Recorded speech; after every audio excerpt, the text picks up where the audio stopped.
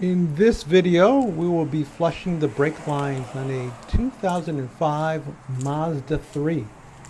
As always, safety is paramount. We will chalk the wheels with, in my case, a rotor that I have, two rotors actually. When using the hydraulic jack to lift it up, I'm also going to use some jack stands to keep the car in place. Now, you don't have to take off your wheels to do this job, but I prefer it because it just makes life a little easier, even though jacking up the car and getting the wheels off is a pain in the butt. First thing we're going to do is put a towel around the brake reservoir, take the cap off. Notice the fluid is kind of brown, dark color. Well, it's going to be clear by the time we're done. I'm using MAZDA3, that's what Mazda specifies. Your car may be different. And a 10 millimeter wrench to open the bleeder valves. I will also have a brake flush kit that I made, and there will be a link to that at the end of the video so you can make your own, or you can buy a commercial version which will do the very same thing. We're going to go to the brake reservoir, top it off with fluid, and put the cap back on. In this case, it's all right if you go a little bit over the fill level, because we're just pushing this fluid right back out of the system. So now what you'll do is you'll go to the right rear, which is the passenger side. It's the furthest away from the brake reservoir.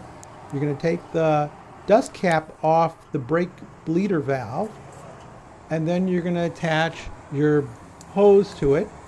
And the ideal is to get this hose on all the way to the nut so that there's no leaking. Because you don't want this to happen, where it comes loose and you get air in the system and you get brake fluid all over the ground. So it's a little hard doing this one-handed because I'm holding the camera with the other. But as you'll see, eventually, there it is. It's up against the nut, and so now we have a seal, and we have a little half circle so that air gets trapped up there and it doesn't come down into the brake system. So that's what it should look like, a little half loop there.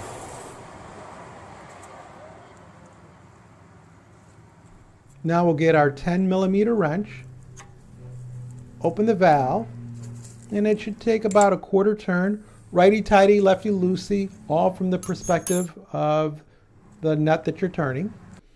Then we'll go into the car and gently push down on the brake pedal and then lift up. Push down, lift up, push down, lift up. About 8 to 10 times should do it. And while you're doing that, the brake fluid is being pushed out through the hose. Any air bubbles in the system are escaping. You'll see that air bubble went in, but it pushed right back out.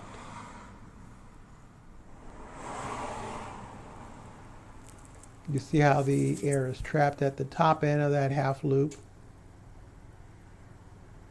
And we continue pushing out any air that's in the system, along with the old brake fluid. So once we've done our 8 to 10 pushes on the brake pedal, we come back to the brake reservoir, top it off once again. You'll notice the fluid is starting to look a lot better. And we put the cap back on, and we continue this cycle of pushing down the pedal, looking to see the color of the fluid and whether or not it's clear. Eventually you'll get to a stage where it's clear, and then you can stop. But until you get to that point, continue pushing down the brake pedal 8 to 10 times, filling up the reservoir, brake pedal 8 to 10 times, filling up the reservoir, and then eventually when the fluid is clean, then you're done with that side of the braking system. At which point you'll take your 10 millimeter wrench and you'll close that valve, and then we just pull off our hose. Put the dust cap back in place, and we move on to our next brake. The procedure is the same for the remaining 3 wheels. You just go over from the passenger side rear to now the driver's side rear. Do that brake. You take off the dust cap. You attach the hose. Make sure it's nice and snug all the way to the nut. Open the valve, quarter to a half turn, pump 8 to 10 times, check the reservoir, refill as needed, pump 8 to 10 times, take a look at the color of the fluid. When it's clear, you can stop. Close the valve, remove the hose, move on to the next wheel. So now you're going over to the front passenger side. Again, we're trying to stay away from the reservoir, and we'll do that whole procedure again. And then we'll move over to the driver's side front. And once you have clear fluid coming out of there, you are done.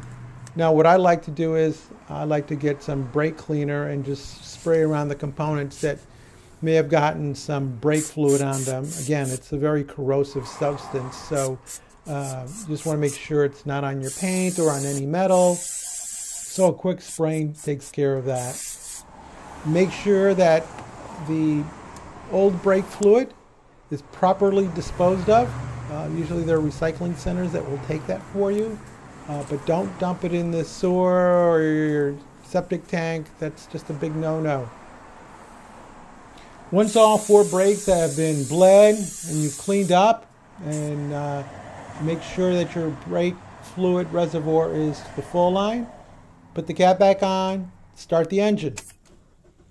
If the brake light doesn't go out, try releasing the parking brake. It should go out at that point. If it doesn't, then we have a leak somewhere. But if you follow the directions so far, the light should go out.